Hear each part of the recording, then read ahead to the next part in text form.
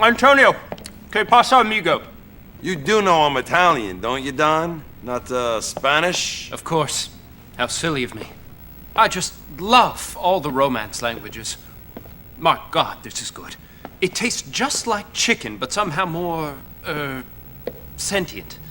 You want some? I already ate, thanks. Ugh, too bad. It's fantastic. I have some more delicacies about to be served. The liberals would have a field day, of course, but how little they know of life's real pleasures. Sophistication and democracy have always been such uneasy bedfellows. Listen, Don, we need to win this election, okay? We need to make sure that there's, no skeletons in the closet, if, you know what I mean? Right. What I mean is, how do we take care of this O'Donovan guy who is covering for, standing in for the Forellis? The guy has a lot of people canvassing for him.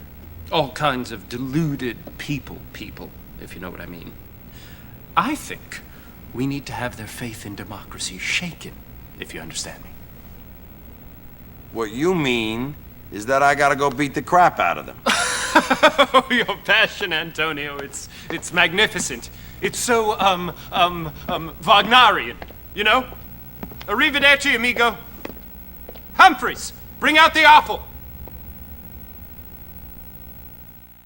So it seems to me that we have a bunch of zombies attacking fresh meat in the middle of the street there. I mean, I know that the pedestrians like running over to freshly dead bodies in these 3D era Grand Theft Auto games to check them out or whatever their intentions are, but that's kind of the imagery I got from that opening sequence there. It's just a bunch of zombies attacking someone or something. But anyways, though, what I wanted to say was that it seems to me that there's a recurring joke in this game where characters will sometimes speak Spanish in place of speaking Italian when speaking to Tony, and I think it's mostly due to like their own ignorance or whatever, and it's like in the Donald Love cutscene there, you have Donald asking Tony, "Que pasa, amigo?"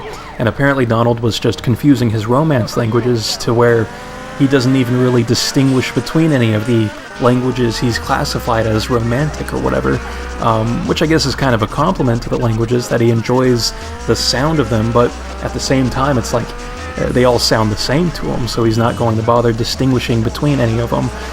And it's not like it bothers me or anything, like I find it to be hilarious, but I'm just pointing it out and how I've kind of observed what he did there, I guess.